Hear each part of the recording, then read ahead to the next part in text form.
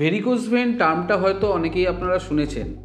একটা পরিসংখ্যান বলছে আগামী 2030 সালের মধ্যে পশ্চিমবঙ্গের প্রায় 35% মানুষ ভেরিকোজ ভেন বা এইরকম ধরনের ভেনাস রোগে আক্রান্ত হবে। স্মোকিং যদি আমরা ত্যাগ না করি তাহলে ভেরিকোজ ভেনের থেকে আমরা কোনোদিনই বাঁচতে পারবো না।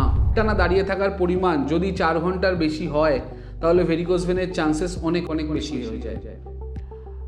নমস্কার, আমি doctor Sourav Chakraborty, vascular surgeon, অ্যাভিস vascular centre.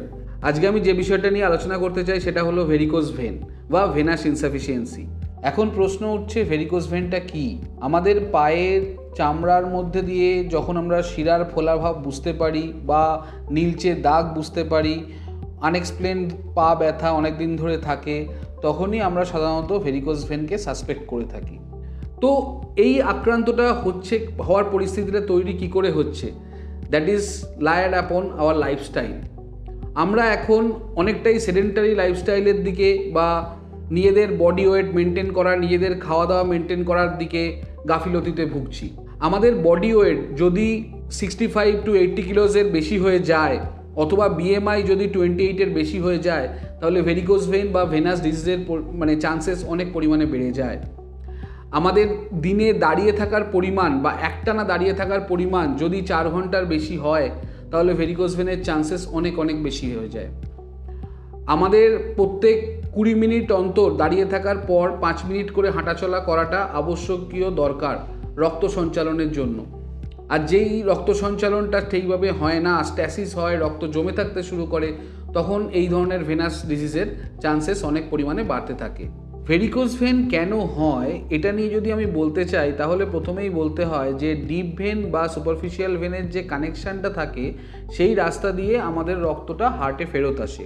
এই জায়গায় একটা ভাল্ব বা দরজা থাকে, সেই ভাল্বটা যখন কাজ করতে পারে না, ইনকম্পিটেন্ট হয়ে যায়, তখনই ভেরিকোজ ভেনের সূত্রপাত হয়। তখন আমাদের পায়ের ভেতর রক্ত জমতে শুরু করে। সেই রক্ত জমাটা যখন সুপারফিশিয়াল ভেনে হয় তখন সেটাকে ভেরিকোজ ভেন বলা হয়। যখন সেটা ক্লট আকারে ডিপ ভেনের ভেতর জমা হয় তখন সেটা ডিপ ভেন থ্রম্বোসিসও হতে পারে। বেশিরভাগ ক্ষেত্রে আমরা সুপারফিশিয়াল ভেনের ভেতরে রক্ত জমাট পাই, সেটাকেই আমরা ভেরিকোজ ভেন বা তার আনুষঙ্গিক ক্লিনিক্যাল ভেনাস এফিসিয়েন্সি হিসেবে আমরা ধরে থাকি।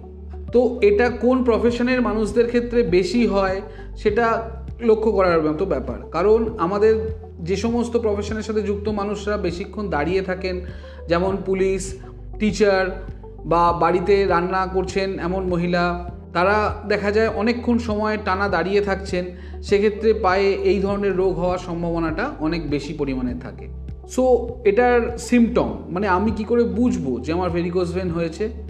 প্রথমত পায়ে ব্যথাটা আমাদের সবচেয়ে প্রাথমিক সিমটমের মধ্যে একটা। পায়ে অনেকক্ষণ দাঁড়িয়ে থাকলে ব্যথা হচ্ছে, দাঁড়িয়ে থাকা যাচ্ছে না, পায়ে শিরা ফুলে উঠছে এবং নীলাভ দাগ তৈরি হচ্ছে, এগুলো দেখে আমরা আন্দাজ করতে পারি যে আমাদের ভেনাস ইনসাফিসিয়েন্সি বা রক্তপ্রবাহজনিত কোনো একটা সমস্যা রয়েছে, যেটাকে ভেরিকোজ ভেন বলা হয়। তো তারপর যদি এটা বাড়তে থাকে তখন দেখা যায় পায়ের চামড়ার মধ্যে কালো ছোপ ছোপ দাগ তৈরি হয়েছে। এটাকে ক্লিনিক্যালি আমরা লাইপোডার্মাটোস্ক্লেরোসিস বা এলডিএস বলে থাকি, যেটা পরবর্তীকালে ইনফেক্টেড হয়ে ইচিং ডেভেলপ করে বা আলসারে পরিণত হয়। তখন সেই আলসারটা অনেক রকমের অ্যান্টিবায়োটিক থেরাপি বা ওষুধ খেয়েও ঠিক হতে চায় না, সেটাকে নন হিলিং আলসার বলা হয়। এই নন হিলিং আলসার থেকে যখন চামড়াটা পুরোপুরি পিল অফ হয়ে যায় তখন সেটা আরও অ্যাগ্রেভেটেড হয়ে গিয়ে আমাদের দৈনন্দিন জীবনে ভীষণভাবে প্রভাব ফেলতে সৃষ্টি করে। আর একটা সমস্যা থাকে, সেটা হলো লিম্ফেডিমা। লিম্ফেডিমা বলতে যে লসিকা থাকে, যেটা কোনো কারণে অবস্ট্রাকশন হলে পা প্রচণ্ডভাবে ফুলে থাকে, সেই লিম্ফেডিমা এবং ভেরিকোজ ভেন অনেক ক্ষেত্রে একসাথেও পাই আমরা। তো অনেক পেশেন্টরা ভাবে যে এটা ফাইলেরিয়া বা এই জাতীয় রোগ, কিন্তু দেখা যায় সেটাও রক্ত প্রবাহে কোনো রকম অবস্ট্রাকশন বা লসিকা প্রবাহের অবস্ট্রাকশনের জন্য হচ্ছে। যখন এই লিম্ফেডিমা এবং ভেরিকোজ ভেন একসাথে হয় তখন তার চামড়ার অবনতিটা বা লাইপোডার্মাটোস্ক্লেরোসিসটা অনেক দ্রুত হারে হতে থাকে। ডায়াবেটিস এবং হাইপারটেনশন এখন আমাদের দৈনন্দিন লাইফস্টাইলে একটা বড় প্রতিবন্ধকতা হয়ে দাঁড়িয়েছে। এই রোগ দুটো আমাদের যে কোনো ইনফ্ল্যামেটরি ডিজিজকে অনেক গুণে বাড়িয়ে দেয়।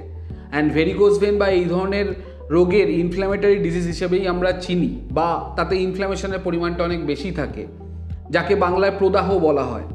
সো এই ইনফ্ল্যামেশনটা যখন ডায়াবেটিসদের ক্ষেত্রে বা হাইপারটেনশনের ক্ষেত্রে বেড়ে যায়, তখন রোগটা খুব দ্রুত প্রোগ্রেস করে।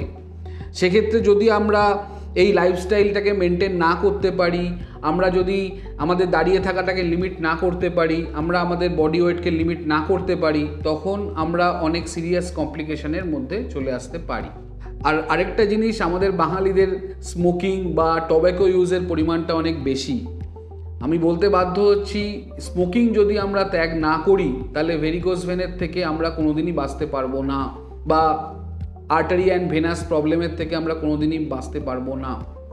সো টেক হোম মেসেজ এটাই, আমাদেরকে বডি ওয়েট বা বিএমআইকে কন্ট্রোল করতে হবে, নিজের লাইফস্টাইল মেনটেন করে উপযুক্ত পরিমাণে হাঁটাচলা করতে হবে, আমাদের স্মোকিং বা টোব্যাকো ইউজ বন্ধ করতে হবে, এবং ডায়াবেটিস বা হাইপারটেনশন জাতীয় রোগ থাকলে তার সুচিকিৎসা করতে হবে।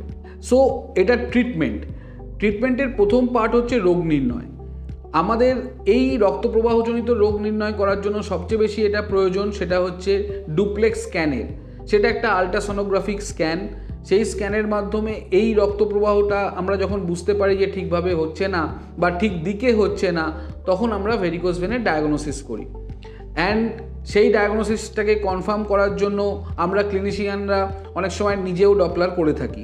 সেক্ষেত্রে বোঝা যায় যে রক্তপ্রবাহটা ভালভের ইনকম্পিটেন্সির জন্য ঠিকভাবে হতে পারছে না, বা কোন কোন পারফোরেটর ড্যামেজ হয়েছে, এক্স্যাক্টলি প্রবলেমটা কতটা গুরুতর। এই ডায়াগনোসিসের পর এটার ট্রিটমেন্ট করতে হয়। এই রোগটা মূলত মেকানিক্যাল। কেন? কারণ একটা মানুষ অনেকক্ষণ দাঁড়িয়ে থাকার জন্য হচ্ছে, সেক্ষেত্রে রক্তটা ঠিক জায়গায় হার্টে পৌঁছতে না পারার জন্য হচ্ছে। সো গ্র্যাভিটির পুলিং ফ্যাক্টরটা এক্ষেত্রে কাজ করে। এমন কোনো ওষুধ হয় না যেটা রক্তপ্রবাহকে ঠিক দিকে নিয়ে যাবে বা রক্তের জমে থাকা জিনিসটাকে কমাবে।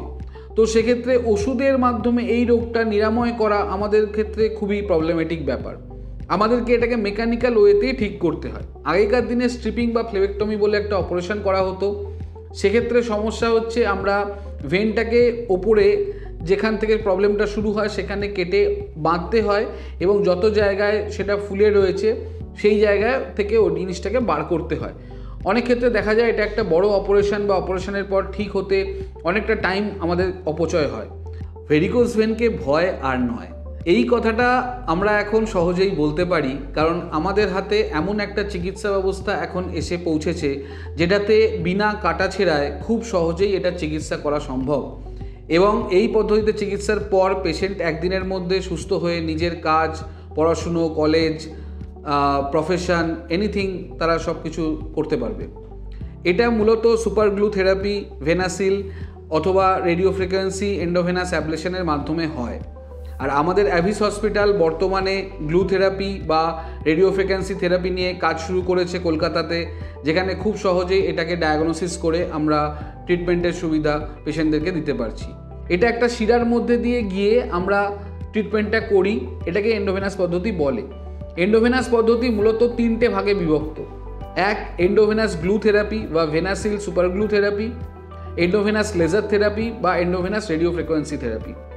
বর্তমানে সবচেয়ে উন্নত যে পদ্ধতিটা সেটা হলো এন্ডোভেনাস গ্লু থেরাপি বা ভেনাসিল সুপার গ্লু থেরাপি। সেটা সবচেয়ে উন্নত এই কারণ সেখানে আমরা ভেনের ভেতরে ঢুকে যে জায়গাটায় প্রবলেম সেইখানে একটা বডির সাথে ফিজিওলজিক্যালি ম্যাচ করে এমন একটা গ্লু দিয়ে জাস্ট আঠা দিয়ে ওটাকে বন্ধ করি। এখন বর্তমানে পৃথিবীর সমস্ত উন্নত দেশে এই পদ্ধতি ইউজ করা হয়। It is the most approachable and USFDA approved process. এক্ষেত্রে পেশেন্ট ওই দিনই নর্মালভাবে হাঁটাচলা শুরু করতে পারে, পরের দিন থেকে অ্যাবসোলুটলি নর্মাল মানে নিজের কাজ, লাইফস্টাইল মেনটেন করতে পারে। There is no post operative liability. So এরপর যে দুটো পদ্ধতি থাকে সেটা হচ্ছে লেজার থেরাপি অথবা রেডিও ফ্রিকোয়েন্সি পদ্ধতি।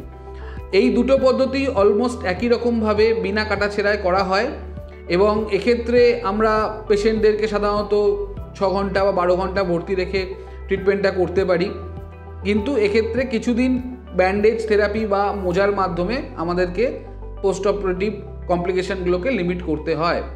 সো অ্যাভিস হসপিটাল হায়দ্রাবাদ 15 বছর ধরে শুধুমাত্র ভেনাস ডিজিজ এবং ভেরিকোজ ভেন নিয়ে কাজ করছে, এখানে এক্সটেন্সিভলি শুধুমাত্র এই রোগের সবচেয়ে উন্নত মানের চিকিৎসা নিয়ে আমরা কাজ করি এবং প্রায় 40,000-এরও বেশি উপকারপ্রাপ্ত পেশেন্ট আমাদের আছে। তো এই জন্য আমরা বলি, আপনার যদি ভেরিকোজ ভেনের সমস্যা থাকে তাহলে দেরি না করে সঠিক চিকিৎসার জন্য চলে আসবেন।